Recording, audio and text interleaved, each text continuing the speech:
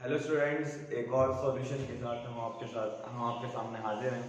तो आज और एक और सॉल्यूशन की बात करते हैं। जो 9th एंट्रेंस की जो टेस्ट सीरीज चल रही है उसका जो टेस्ट हुआ है उसका एक सॉल्यूशन और देखते हैं। तो जो मैथमेटिक्स में क्वेश्चन है वो क्वेश्चन स्टार्ट हुए हैं 31 से। तो 31 क्वेश्चन से हम लोग स्टार्ट करते हैं। तो 31 क्वेश्चन, अच्छा इससे पहले वाले जो सॉल्यूशन था वो आपको समझ में आया होगा। उसमें जितने भी क्वेश्चन थे सारे आपको समझ में आ गया होगा, ठीक है। इसी तरह से हमने जो दूसरा पेपर कराया था उसका भी सॉल्यूशन है, वो आप देख लो। उसमें पहला क्वेश्चन है द वैल्यू ऑफ, आपको वैल्यू बतानी, बहुत सिंपल सा क्वेश्चन है रेशनल नंबर का। The value of -5/9 divided by 2/3। ठीक है, हमें इसकी वैल्यू बतानी है कि इसकी वैल्यू क्या होगी। तो आप जानते होंगे कि आपने बचपन में पढ़ा होगा कि -5/9 को ऐसे रखते हैं, इस डिवाइड की जगह हम क्या कर देते हैं, मल्टीप्लाई। तो इसका क्या करना पड़ता है, रेसिप्रोकल करना पड़ता है। रेसिप्रोकल करेंगे तो कितना होगा, 3/2 होगा। ये 3 से ये 3 कैंसिल होगा तो मिलेगा -5/6। तो करेक्ट ऑप्शन जो हो जाएगा इसका वो कौन सा हो जाएगा, बी वाला हो जाएगा। बहुत सिंपल क्वेश्चन था, रेशनल नंबर का क्वेश्चन पूछा जा सकता है। नेक्स्ट क्वेश्चन की तरफ, क्वेश्चन नंबर 32। ये भी एक रेशनल नंबर का क्वेश्चन है, एनसीईआरटी का क्वेश्चन है। और बच्चों जितने भी एनसीईआरटी के क्वेश्चन होते हैं ना, सारे बहुत इंपॉर्टेंट हैं। सारे क्वेश्चंस वहीं से आपके बनेंगे। कुछ क्वेश्चन जो होते हैं वो एक्स्ट्रा पूछे जाते हैं, उन सबको तो हमने अपनी क्लास में आपको सिखाया ही है। जैसे इसमें दे रखा है कि which of the following statement is true. 4 statement दे रखे हैं और पूछा गया कि कौन सा स्टेटमेंट इसमें सही है। पहला स्टेटमेंट उन्होंने बोला है, इसमें पहला स्टेटमेंट बोला है कि एवरी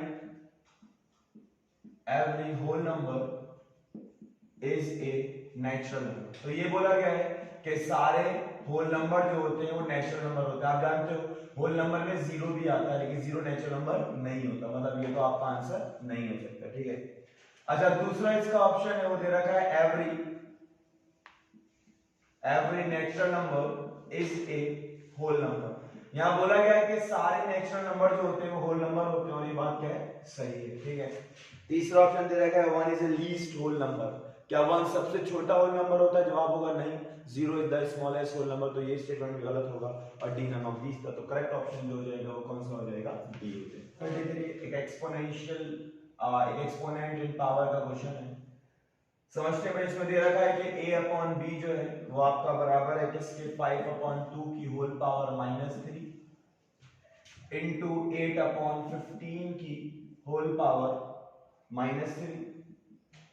ठीक है, देन आपसे जो पूछा गया है वो ये पूछा गया है कि a अपॉन b की होल पावर -2 किसके बराबर होगा। ठीक है, चलो अब इस तरह के क्वेश्चन के लिए हम क्या करें बच्चों, पहले यहां से a अपॉन b की वैल्यू फाइंड कर लेते हैं, फिर उसको सॉल्व करेंगे। ठीक है, चलो a अपॉन b को देखते हैं। आप क्या देख रहे हो कि इन दोनों का पावर सेम है और बीच में साइन किसका है, मल्टीप्लाई का है। तो बेस आपस में मल्टीप्लाई हो जाएगा ना, when power is same then base will multiply. अगर पावर सेम होती है तो हम बेस को क्या करते हैं, मल्टीप्लाई। तो ये बोलेंगे ना 5/2 इंटू 8/15 की होल पावर कितना हो जाएगा, -3। ठीक है, 5 3 is 15 एंड 2 4 है, कितना मिलेगा, 4/3 की होल पावर -3। ठीक है ना, पावर नेगेटिव है, पॉजिटिव कैसे बनता है, रेसिप्रोकल करने से। तो रेसिप्रोकल करोगे तो कितना मिलेगा, 3/4 की होल पावर कितना हो जाएगा, 3 हो जाएगा। चलो ठीक है, तो इसका क्यूब कर लो। 3 का क्यूब कितना होगा, 27, और 4 का क्यूब कितना होगा, 64। अच्छा, ये किसकी वैल्यू आ गई, ये a अपॉन b की वैल्यू आ गई। ठीक है, पूछा किसकी वैल्यू गई है, आपको पूछा गया a अपॉन b की होल पावर -2। तो अगर -2 इधर लगा रहे हैं पावर में, तो -2 जो है वो पावर में इधर भी लगेगा। ठीक है ना। अच्छा, इस नेगेटिव पावर को आप क्या कर सकते हो, पॉजिटिव बना सकते हो। कैसे पॉजिटिव बनाओगे, इसका इंटरचेंज कर दोगे। इसका इंटरचेंज करोगे तो a अपॉन b की होल पावर -2 जो होगा वो आपका बराबर किसके हो जाएगा, 64/27 की होल पावर किसके बराबर, 2 के बराबर। ठीक है, तो अगर आप इसको सॉल्व कर सकते हो, ठीक। तो अगर आप इसको सॉल्व करोगे तो इसका आंसर देखो, अगर आप इसको सॉल्व करोगे a अपॉन b की होल पावर -2 जो है वो आपको ये भी मिल जाएगा, 4/3 की होल पावर 6 मिल जाएगा जब इसको आप फर्दर सॉल्व करोगे। और a अपॉन b की होल पावर -2 को आप 3/4 की होल पावर -6 भी बोल सकते हो। ये जो है वो आपका a ऑप्शन है और ये जो है वो आपका b ऑप्शन है। तो ये भी सही है, ये भी सही है। तो करेक्ट जो ऑप्शन हो जाएगा वो सी हो जाएगा। सी मतलब बोथ a एंड b। सी क्या हो जाएगा, बोथ a एंड b हो जाएगा। ठीक है, नंबर 34, क्वेश्चन नंबर 34 है भाई कि द वैल्यू ऑफ, एक ब्रैकेट है, फिर एक ब्रैकेट है -2, की पावर -2 की पावर -2, ठीक है, इसकी वैल्यू पूछिए। अच्छा आप जानते हो कि जब पावर के ऊपर पावर होती है तो आपस में क्या होती है, मल्टीप्लाई होती है। तो मल्टीप्लाई होती है तो आप ऐसा बोल सकते हो, ये क्या मिलेगा, -2 इंटू -3 कितना मिलेगा, प्लस का 6, ठीक है। तो ये क्या मिलेगा, -2 की पावर प्लस का 6 हो जाएगा। अब इसको फर्दर सॉल्व कर दो, हम बेस को उतनी बार लिखते हैं जितनी बार क्या होता है, पावर होता है। -2 इंटू -2 इंटू -2, ठीक है। तो मल्टीप्लाई करो, minus minus plus plus plus, तो आंसर प्लस में आएगा। 2 to the 4, 4 to the 8, 8 to the 16, 16 to the 32 and 32 to the कितना होगा 64। मतलब करेक्ट जो ऑप्शन हो जाएगा वो कौन सा हो जाएगा, ए ऑप्शन हो जाएगा, ठीक है। क्वेश्चन नंबर 35, एक linear equation in one variable का एक बहुत सिंपल सा क्वेश्चन बच्चों। बोला गया है कि 4x plus 3/5 is equal to 5। तो आपको x की वैल्यू को फाइंड करना है, ठीक है। चलो x की वैल्यू फाइंड करने के लिए हमने आपको बताया था कि कांस्टेंट एक तरफ कर लेते हैं और वेरिएबल एक तरफ कर लेते हैं। तो 5 माइनस 3/5, तो 4x एलसीएम लोगे तो नीचे 5 आ जाएगा बच्चों। 5 5 से 25 माइनस 3, तो 4x बराबर होगा 25 में से 3 गया, कितना बचेगा 22, 22/5। तो x की वैल्यू क्या हो जाएगी बच्चों, 22/5 इंटू 4, तो 2 11 और 2 2, तो x की वैल्यू क्या हो जाएगी 11/5 टू द 10। तो आपका आंसर होगा 11/10 और करेक्ट ऑप्शन जो होगा वो आपका ए ऑप्शन हो जाएगा। क्वेश्चन है बच्चों जो आपका वर्ड प्रॉब्लम के ऊपर, देखो वर्ड प्रॉब्लम में क्वेश्चन पूछे जाते हैं, याद रखना वर्ड प्रॉब्लम में जो एनसीईआरटी के क्वेश्चन है ना वो ही पूछे जाते हैं आपसे, ठीक है। जैसे ये एनसीईआरटी का क्वेश्चन हमने दिया था, हमने बोला था the denominator of a rational number is 4 more than the numerator. मतलब एक रेशनल नंबर है और उस रेशनल नंबर का जो डिनोमिनेटर है ना वो अपने न्यूमरेटर से 4 ज्यादा है। बात समझ में आ रही? तो अगर मैं ये बोलूं कि उस रेशनल नंबर का जो न्यूमरेटर है वो x के बराबर है, तो डिनोमिनेटर जो है वो उससे 4 ज्यादा है, मतलब डिनोमिनेटर क्या होगा बच्चों, x+4 होगा, x+4 होगा। अच्छा अब बताओ रेशनल नंबर बनता कैसे, तो आप बोलोगे सर न्यूमरेटर अपॉन डिनोमिनेटर से बनता है। अच्छा न्यूमरेटर क्या है इसका, न्यूमरेटर है इसका x और डिनोमिनेटर क्या है x+4। अब सुनो बात, लास्ट में वो एक बात बोलता है कि आपको ओरिजिनल नंबर फाइंड करना है। तो बच्चों याद रखना यही जो नंबर है ना इसी को हम बोलते हैं ओरिजिनल नंबर। अब देखो ओरिजिनल नंबर की वैल्यू फाइंड करने के लिए आपको क्या फाइंड करना पड़ेगा, x फाइंड करना पड़ेगा। चलो पहले इस x की वैल्यू को फाइंड करते हैं। उसके लिए कुछ उन्होंने बात बोली गई है, ये बोलते हैं कि अगर आप इस नंबर में, अगर आप इस रेशनल नंबर में 2 को ऐड कर दो इसके न्यूमरेटर में and 3 is added to its denominator, 3 को ऐड कर दो उसके डिनोमिनेटर में, तो जो नंबर है वो कितना मिल जाता है 3/4 मिल जाता है, ठीक है ना। चलो इसको सॉल्व करते हैं, क्या मिलेगा x+2 और x+4 + 3 कितना होगा 7, 3/4 क्रॉस मल्टीप्लाई कर लेते हैं, क्या मिलेगा 4x, 4 2 = 8, 3x, 7 3 = 21, ठीक है। तो यहां से बोलेंगे 4x - 3x 21 - 8, तो x बराबर होगा 21 में से 8 गया 7, तो x की वैल्यू यहां से कितनी आ जाएगी आपके 13 आ जाएगी, कितनी आ जाएगी 13, तो x 13 आ गया। अच्छा ये जो x है वो 30 वो आपका आंसर नहीं है, लास्ट में पूछा था उसने कि ओरिजिनल नंबर क्या होगा, कौन सा नंबर पूछा था उसने, ओरिजिनल नंबर। तो ओरिजिनल नंबर क्या है बच्चों, x/x+4 है, तो x की वैल्यू क्या है x 13 है और नीचे क्या बोलोगे 13 + 4 मतलब कितना हो जाएगा 13/17, तो यही आपका क्या होगा आंसर, और करेक्ट ऑप्शन जो है वो ए है, तो ए आ जाएगा आपका आंसर हो जाएगा। क्वेश्चन नंबर 37 एक अंडरस्टैंडिंग क्वाड्रिलेटरल का एक क्वेश्चन है बच्चों। ट्रेपेजियम का एक बहुत अच्छा क्वेश्चन बोला गया, एक ट्रेपेजियम है, एक ट्रेपेजियम है जो ABCD एक ट्रेपेजियम है, ठीक है। ये आपके पास ABC और D ट्रेपेजियम है जिसका एंगल A दे रखा है x + 25 डिग्री, मतलब ये जो एंगल है वो x + 25 डिग्री है। एंगल B जो है ये जो एंगल है वो आपका y डिग्री है और एंगल C जो है वो आपका 95 डिग्री है और एंगल D जो है वो आपका 2x + 5 डिग्री, ठीक है। आप जानते हो ट्रेपेजियम के बारे में कि एक क्वाड्रिलेटरल को ट्रेपेजियम कब बोला जाता है, तो बच्चों एक क्वाड्रिलेटरल को ट्रेपेजियम जब बोला जाता है जब उसका किसी क्वाड्रिलेटरल का एक अपोजिट पेयर साइड का पैरेलल हो जाए और अनइक्वल हो तो उसको ट्रेपेजियम बोलते हैं। अगर पैरेलल के साथ इक्वल हो जाए तो पैरेललोग्राम बन जाता है, ठीक है। इसका मतलब अब यहाँ पे देखो AB, आप जानते हो AB जो है वो CD के क्या होगा पैरेलल होगा, AB is parallel to CD। अगर ए बी सी डी के पैरेलल है और ए डी एक ट्रांसवर्सल है and A D is transversal, अगर ए डी एक ट्रांसवर्सल है बच्चों तो आप क्या बोलोगे, इन दोनों का जो सम होगा वो 180 डिग्री के बराबर होगा ना। क्यों? क्योंकि sum of the interior angles on the same side of a transversal is 180 degree, मतलब इन दोनों अंदर वाले एंगल का सम कितना होगा, 180 डिग्री के बराबर होगा। 2x + x 3x is equal to 180, इन दोनों को ऐड कर 30 हो जाएगा, इधर लाओगे तो माइनस हो जाएगा, तो 3x बराबर होगा 150, x बराबर होगा 150 अपॉन 3, 3 5 50, तो x बराबर किसके हो जाएगा, 50 डिग्री के बराबर हो जाएगा। ठीक है। अच्छा ऐसे ही आप क्या देख रहे हो कि ये इसके पैरेलल है, ये भी तो ट्रांसवर्सल हो सकती है ना बच्चों। अब ऐसे भी तो बोल सकते हो AB is parallel to CD and अब कौन सी ट्रांसवर्सल है, and CD is sorry BC is a transversal, BC एक ट्रांसवर्सल है। फिर क्या बोलोगे, इन दोनों का सम कितना होगा, इन दोनों का सम कितना होगा, 180 डिग्री के बराबर होगा। तो y बराबर होगा 180 माइनस 95, 10 में से 5 गया 5, 7 7 17 में से 9 गया, बचेगा 17 में से 9 गया तो बचेगा 8, तो आपका आंसर जो होगा वो कितना होगा, 85 डिग्री। तो y जो है वो आपका 85 डिग्री हो जाएगा, x जो है वो आपका 50 डिग्री हो जाएगा। करेक्ट ऑप्शन जो होगा वो सी।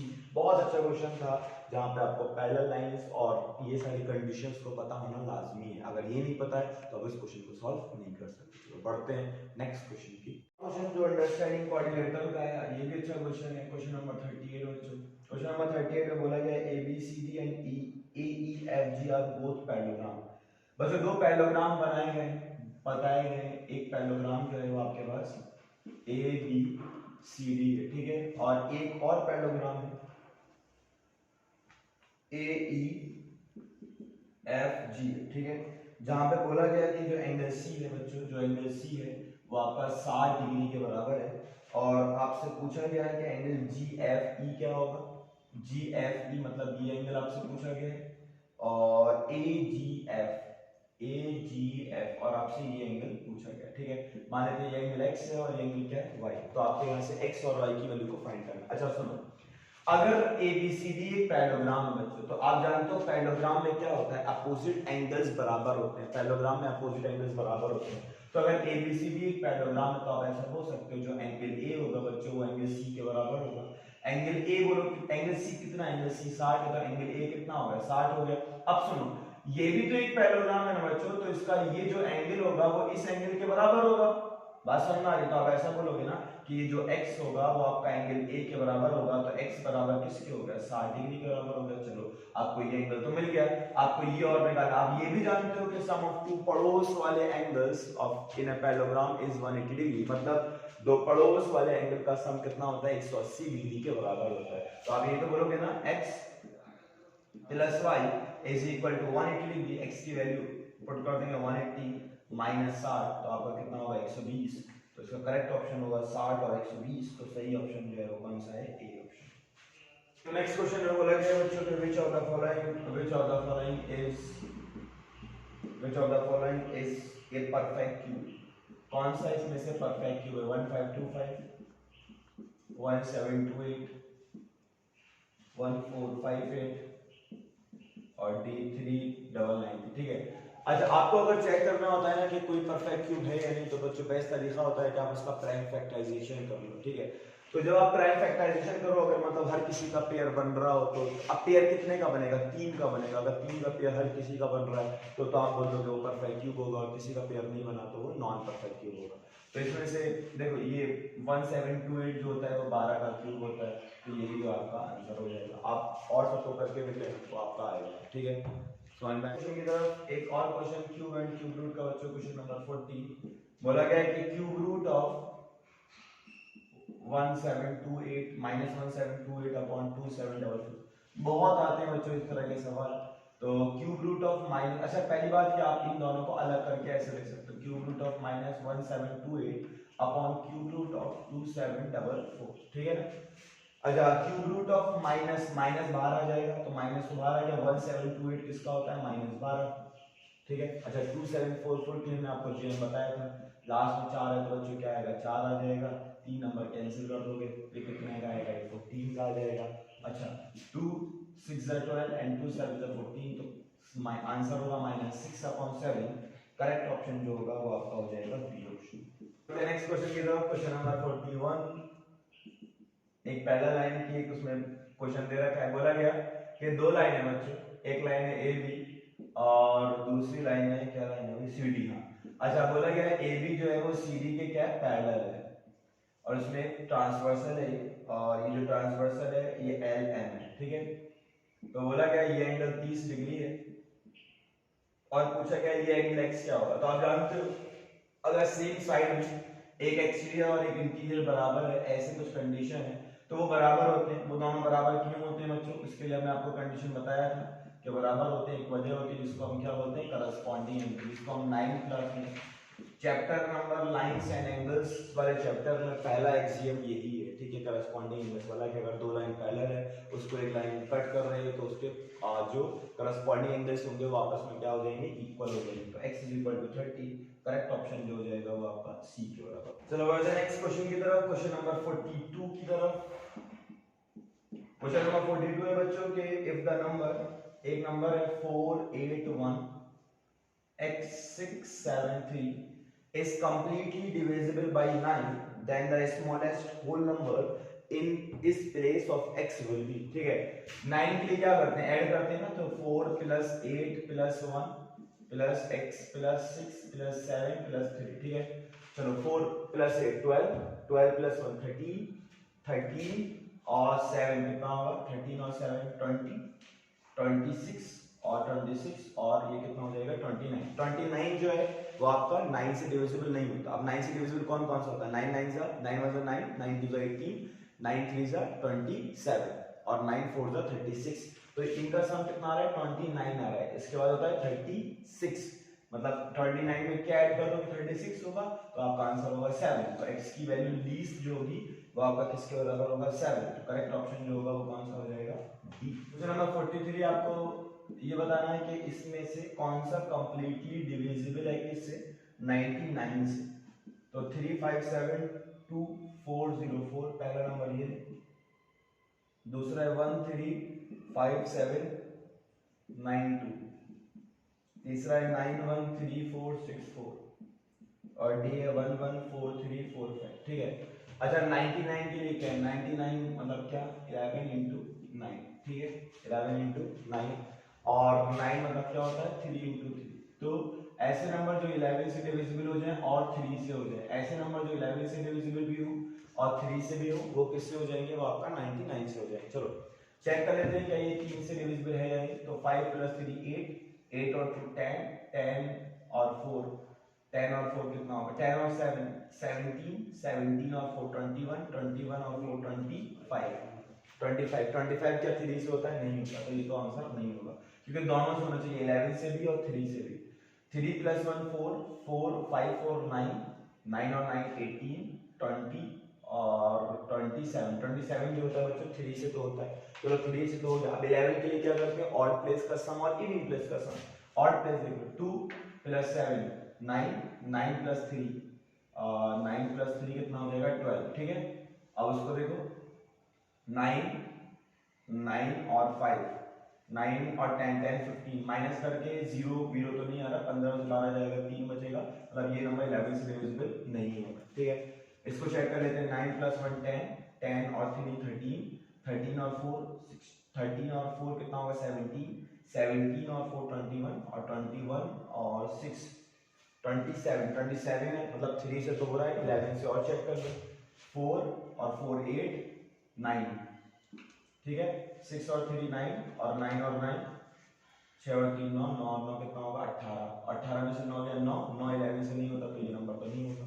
चलो इसको देख लेते हैं, 1 + 1 2, 2 और 4 6, 6 और 3 9, 9 और 4 13, 13 और 5 18, 18 3 से होता है। चलो 11 से और चेक कर लेते हैं, 5 5 + 3 8, 8 और 1 9, 4 4 8 और 1 9, तो 9 - 9 कितना 0। अगर माइनस करके 0 आ जाए 11 या 11 टेबल में तो वो नंबर 11 से हो जाता है। तो ये नंबर 3 से भी है 11 से भी है, तो मतलब ये नंबर जो होगा वो किससे डिविजिबल हो जाएगा, 99 से भी हो जाएगा। समझ में आ गई बात।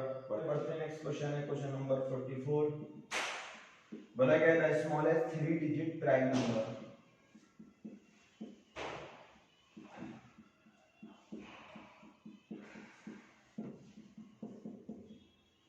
ठीक है।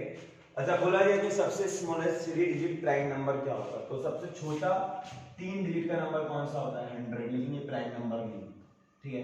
इसके बाद कौन सा होता है 101, इसके बाद कौन सा होता है 101 होता है। अच्छा 101 प्राइम नंबर होता है या नहीं होता, तो आप उसको चेक कर सकते हो। तो ये नंबर जो है वो आपका 3 से डिविजिबल नहीं हो रहा, तो 7 से भी नहीं होगा, 7 में 7 हो जाएगा, तो आप डिवाइड करके देख लो इसको, 7 से 7 हो जाएगा 7 हो जाएगा, 10 में 7 का 3 नहीं होगा, 7 से 8 से भी नहीं होगा, तो यही क्या होगा सबसे स्मॉलेस्ट प्राइम नंबर होगा। तो इसमें कहीं ऑप्शन ये दे नहीं रखा, तो आपका आंसर क्या होगा नंबर 20। तो नेक्स्ट क्वेश्चन की तरफ, इस तरह का क्वेश्चन एक बार आ चुका है भैया, 0 पॉइंट हम कराते हैं हर साल, 0.275 और रेशियो x डबल रेशियो 5:8, ठीक है। हम बताया था डबल रेशियो प्रोपोर्शन जब भी हटाते हैं तो हम क्या लगाते हैं इक्वल लगाते हैं, इसका तो आप जानते ही हो। तो 0.75 upon x is equal to 5/8, decimal हटाओ 75 अपॉन नीचे क्या आ जाएगा बच्चों 100 into x और इधर क्या है 5/8, ठीक है। इसको डिवाइड कर लेते हैं, 25 3 एंड 25 4, ठीक है। क्रॉस मल्टीप्लाई कर लो, 3 into 8 5 into 4 into x, ठीक है। 4 1 4, 4 2 8, 3 2 6, 6/5 इज इक्वल टू x, तो x कितना मिलेगा 1.2, मतलब करेक्ट ऑप्शन जो होगा वो आपका हो जाएगा B option. Question number 46 direct और इनवर्स का क्वेश्चन है बच्चों। बोला गया है कि x varies inversely x square of y, मतलब जो x है वो इनवर्सली वेरी कर रहा है स्क्वायर ऑफ y के, मतलब x is inversely proportional to 1/y square. Inversely proportional तो कर रहा है लेकिन किसके स्क्वायर ऑफ y पे, ठीक है।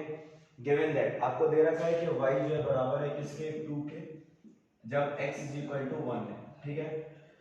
द वैल्यू ऑफ x, आपको x की वैल्यू बतानी है जब y की वैल्यू क्या है 6 है, ठीक है। तो ये x1 हो गया, ये x2 हो गया, ये y1 हो गया और ये y2 हो गया, ठीक है ना। अच्छा इनवर्सली प्रोपोर्शनल किसके 1/y स्क्वायर, हमने बताया था जब कोई इनवर्सली प्रोपोर्शनल होता है बच्चों, अगर कोई इनवर्सली प्रोपोर्शनल जैसे x is inversely proportional to y, तो आप क्या बोलते हो x1/x2 is equal to y2/y1, तो यहाँ पे कितना है x inversely proportional to 1/y square, तो आप ये तो बोलोगे ना x1/x2 is equal to y2 तो आएगा, लेकिन अब किसके साथ आएगा स्क्वायर के साथ आएगा, अब किसके साथ आएगा स्क्वायर के साथ आएगा, क्योंकि x इनवर्सली प्रोपोर्शनल है किसके स्क्वायर के इनवर्सली प्रोपोर्शनल, ठीक है।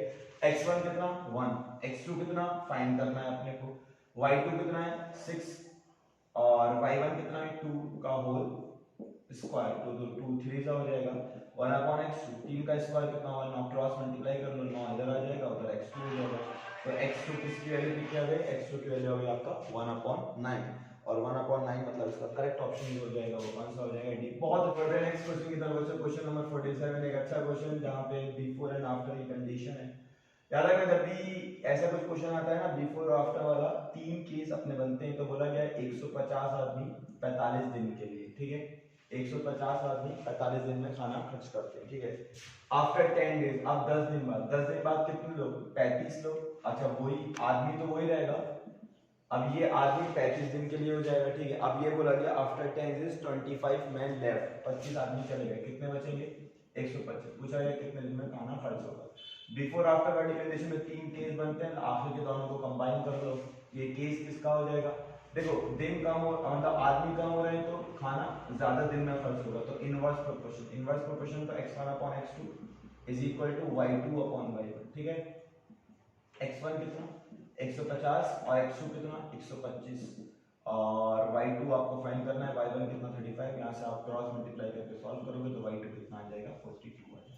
तो बढ़ते हैं नेक्स्ट क्वेश्चन की तरफ बच्चों, क्वेश्चन नंबर 48 की तरफ पूछा गया है बच्चों the factors of a square minus 1/a square, तो इसके फैक्टर पूछे गए हैं, तो इसको आप ऐसा लिख सकते हो a का होल स्क्वायर और इसको बोलोगे 1/a का होल स्क्वायर, ठीक है।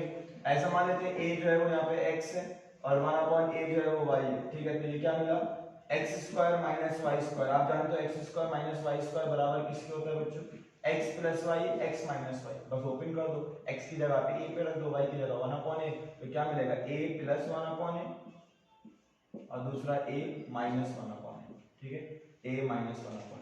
तो करेक्ट ऑप्शन होगा इसका a plus one upon A minus one upon A, correct option होगा सी ऑप्शन। बढ़ते नेक्स्ट क्वेश्चन की तरफ बच्चों, क्वेश्चन नंबर 49 की तरफ। क्वेश्चन नंबर 49 है कि p एक पॉलिनोमियल है, quadratic polynomial p square minus 6p plus 7 is divided by, अगर उसको डिवाइड किया गया किससे, is divided by p minus 1, the remainder will be. पूछा गया है कि इसका रिमाइंडर क्या होगा। तो याद है हमने आपको रिमाइंडर थ्योरम बताया था। हमने रिमाइंडर थ्योरम में आपको सिखाया था कि जिससे आप डिवाइड कर रहे हो वहां से पहले उस वेरिएबल की वैल्यू फाइंड कर लो। कैसे फाइंड करो, तो हमने बोला था उसको आप 0 के इक्वल पुट करो, वहां से उस वेरिएबल की वैल्यू आ जाएगी। जैसे यहाँ पे p की वैल्यू कितनी आ गई, 1 आ गई। तो अब यहाँ पे आपको रिमाइंडर फाइंड करना है। तो रिमाइंडर फाइंड करने के लिए आप क्या करो, जो आपके पास वेरिएबल की वैल्यू मिली है उसको वहां पे लाके पुट कर दो। तो 1 का स्क्वायर माइनस 6 इंटू 1 प्लस का 7, तो 1 का स्क्वायर 1 माइनस 6 प्लस 7, तो 1 माइनस 6 प्लस 7 कितना होगा, प्लस का 1, और 1 प्लस 1 कितना हो जाएगा 2। तो मतलब रिमाइंडर आ रहा है 2। पूछा गया था रिमाइंडर कैसा होगा, पॉजिटिव, नेगेटिव या जीरो। तो 2 एक ऐसा नंबर है, 2 एक पॉजिटिव नंबर है बच्चों। तो 2 एक पॉजिटिव नंबर है, तो करेक्ट ऑप्शन जो होगा वो कौन सा हो जाएगा, ए ऑप्शन होगा। बच्चों क्वेश्चन नंबर 50। क्वेश्चन नंबर 50 क्या बोलते हैं, सुनो जी। बोला गया कि जो x माइनस 1 अपॉन x है वो अंडर रूट 6 के बराबर है। पूछा गया कि जो x square plus 1 upon x square होगा वो किसके बराबर होगा। ठीक है, तो हमने आपको सिखाया था कि जब ऐसा कुछ दे रखा हो तो स्क्वायरिंग कर लो बोथ साइड। तो x माइनस 1 अपॉन x का होल स्क्वायर, इधर किसका स्क्वायर, रूट 6 का स्क्वायर। इधर आइडेंटिटी लग जाएगी a माइनस b का whole square, x square plus 1 upon x square 2 into x into 1 upon x under root 6 का स्क्वायर कितना होगा बच्चों 6। x से x यहाँ पे क्या होगा cancel, x square plus 1 upon x square minus का 2 उधर जाएगा तो प्लस का 2, तो x square plus 1 upon x square जो है वो आपका किसके बराबर हो जाएगा, 8 के बराबर। और ये चीज हमने आपको जीएम से सिखाया था क्या, कि अगर x minus 1 upon x a के बराबर है बच्चों, तो x square plus 1 upon x square क्या होता है, a स्क्वायर प्लस 2। a की वैल्यू क्या है, रूट 6, अंडर रूट 6 का स्क्वायर प्लस 2, अंडर रूट 6 का स्क्वायर 6, 6 प्लस 2, आंसर क्या होगा 8। तो करेक्ट ऑप्शन जो है उसका डी हो जाएगा। नंबर 51 है बच्चों के 3x plus 5 upon 2x plus 7 जो है वो 4 के बराबर है। आपका x की वैल्यू फाइंड करनी है, सिंपल से क्रॉस मल्टीप्लाई कर लेते हैं। 3x प्लस 5 बराबर होगा 4 to the 8x and 7 4 the 28। ठीक है, x वाले एक तरफ ले लो, 3x माइनस 8x, और कांस्टेंट को एक तरफ ले लो 28 माइनस 5। 3x माइनस 8x कितना बचेगा, माइनस का 5x, 28 में 5 या 8 में से गया 3, और ये क्या बचेगा आपका 2। ठीक है, तो x बराबर किसके हो जाएगा, माइनस 23 अपॉन 5 के बराबर हो जाएगा। x की वैल्यू माइनस 23 अपॉन 5, तो करेक्ट ऑप्शन जो होगा वो कौन सा हो जाएगा, D option. Question number 52 factorisation का एक क्वेश्चन है, बहुत अच्छा क्वेश्चन है बच्चों। 3 रूट 3 x का क्यूब प्लस y का क्यूब को आपको फैक्टराइज करना है। ठीक है, अच्छा देखो अब पावर में 3 चाहिए अपने, इधर भी पावर में 3 है, इधर पावर में 3। अब आपको ये सोचना पड़ेगा कि 3 रूट 3 किसका क्यूब होता है। तो बच्चों अगर आपके पास एक रूट 3 है, तो अगर आप रूट 3 का क्यूब करते हो तो बोलो क्या मिलेगा, root 3 into root 3 into root 3, 3 root 3 तो कितना मिलेगा 3 रूट 3। मतलब ये 3 रूट 3 जो होगा बच्चों वो किसका क्यूब होगा, अंडर रूट 3 का क्यूब होगा। ठीक है, अब इन दोनों में से क्यूब कॉमन लो तो अंडर रूट 3x का होल क्यूब, और ये कितना हो गया y का होल क्यूब। समझ में आएगा। चलो ऐसा कर लेते हैं, अंडर रूट 3x को अपनी तरफ से a मान लेते हैं और इसको अपनी तरफ से क्या मान लेते हैं b। तो ये क्या मिला बच्चों आपको, a cube plus b cube. अच्छा बताओ a cube plus b cube किसके बराबर, a plus b, bracket a का स्क्वायर प्लस b का स्क्वायर माइनस a। चलो उसी से इसको फिल कर देते हैं, a की जगह पे क्या बोलेंगे बच्चों, under root 3x plus b की जगह पे क्या आएगा y, under root a under root 3x का स्क्वायर, अंडर रूट 3 का 3x का स्क्वायर, b y का square minus under root 3x और y, तो कितना मिलेगा अंडर रूट 3xy। तो ये आपका क्या हो जाएगा, फैक्टर हो जाएगा। आंसर देख लेते हैं ऑप्शन कौन सा है ऐसा, under root 3x plus y 3x square plus y square minus under root 3xy। तो करेक्ट ऑप्शन जो है वो कौन सा हो जाएगा, नंबर 3 फैक्टर्स का क्वेश्चन है, half x square minus 3x plus 4। ठीक है, अच्छा देखो इसको करने के दो तरीके हैं, या तो बाय मिडिल स्प्लिटिंग कर सकते हो, या ऑप्शन में ऑप्शन दे रखे हैं आपस में मल्टीप्लाई करके देख लो फैक्टर, जहां ये मिल जाए वही आपका आंसर हो जाएगा। ठीक है, बाय मिडिल स्प्लिटिंग हमने बोला ये a होता है और ये c होता है और बीच वाला जो होता है वो b होता है, तो रफली a को c के साथ मल्टीप्लाई कर लो, कितना मिलेगा 2 मिलेगा। अब दो नंबर ऐसे सोचो जिनका सम करने पर 3 आ जाए, अब प्रोडक्ट करने पर 2 के बराबर हो, तो आप ऐसा लिखोगे half of x square minus 2 plus 1 times of x plus 4, तो 2 प्लस 1 3 हो जाएगा और 2 1 से 2 होता है। Half x square bracket open करते हैं माइनस कर 2x माइनस एक्स प्लस 4, इन दोनों में क्या कॉमन, इन दोनों में आपका x कॉमन लोगे तो मिलेगा half of x minus of 2, और इन दोनों में से 2 कॉमन ले लो, अगर 2 कॉमन लोगे तो मिलेगा हाफ ऑफ x माइनस का 2। ठीक है, अब देखो 2 कॉमन कैसे लिया, आप इसको 2 से मल्टीप्लाई और डिवाइड करा लो, तो जब 2 और से मल्टीप्लाई और डिवाइड कराओगे तो 2 कॉमन आ जाएगा, नीचे वाला 2 तो ऐसे बचेगा। अब देखो ब्रैकेट के अंदर नंबर सेम आ गया, half of x minus 2 common ले लो, यहाँ से क्या मिलेगा x माइनस 2, यही आपके क्या हो जाएंगे, फैक्टर्स हो जाएंगे। तो इसका करेक्ट ऑप्शन जो होगा वो आपका कौन सा हो जाएगा, बी ऑप्शन हो जाएगा। क्वेश्चन की तरफ, क्वेश्चन नंबर 54 बोला गया कि कोऑर्डिनेट एक इक्विलेटरल ट्रायंगल है, उसकी साइड जो है 4√3 सेंटीमीटर के बराबर है। ठीक है, पहला सवाल, पहला ऑप्शन बोला गया कि which of the following is are correct, कौन सा इसमें से करेक्ट है। ठीक है, पहला area is a natural number, चलो एरिया फाइंड कर लेते हैं। और एरिया ऑफ इक्विलेटरल ट्रायंगल क्या होता है, √3/4 इनटू साइड का स्क्वायर, तो √3/4 साइड क्या है 4 √3 का स्क्वायर। ठीक है, मतलब दो बार लिख दिया, 4 4 से क्या होगा कैंसिल हो जाएगा, √3 इनटू √3 3, तो 3 4 से 12, तो 12 √3 सेंटीमीटर स्क्वायर। क्या ये नेचुरल नंबर आ रहा है, नेचुरल नंबर नहीं आ रहा, क्योंकि ये √3 कहाँ नेचुरल नंबर, नेचुरल नंबर कभी डेसिमल में नहीं हो सकता। इसका मतलब इसका ए वाला जो ऑप्शन है वो गलत हो जाएगा, मतलब एरिया इसका नेचुरल नंबर नहीं आएगा। अच्छा, दूसरा, numerical value of area and perimeter are equal, मतलब जो एरिया एंड पेरीमीटर की वैल्यू आ रही है, न्यूमेरिकल वैल्यू यूनिट से कोई मतलब नहीं है, वो इक्वल है। तो एरिया तो इतना आ गया, पेरीमीटर और फाइंड कर लेते हैं। पेरीमीटर क्या होता है बच्चों, 3 इनटू साइड, साइड कितना है 3 इनटू साइड, साइड कितना 4√3, 3 4 12√3। अच्छा, इसमें भी न्यूमेरिकल वैल्यू यही है, न्यूमेरिकल वैल्यू यही है, तो मतलब जो बी ऑप्शन है वो सही है। अच्छा, सी ऑप्शन बोला गया है कि बोथ ए एंड बी, अच्छा ए एंड बी तो नहीं सकता, जब ए गलत है बी नन ऑफ दीस, तो करेक्ट ऑप्शन जो हो जाएगा वो आपका बी हो जाएगा। इसी तरह क्वेश्चन नंबर 55, एक कंपेयरिंग क्वांटिटीज का question, if the interest is payable quarterly after time when rupees 1600 amount, मतलब ये जो 1600 दे रखा है वो इसका प्रिंसिपल दे रखा है, अमाउंट दे रखा है बच्चों 1852.20 और रेट दे रखा है ना 20% पर एनम।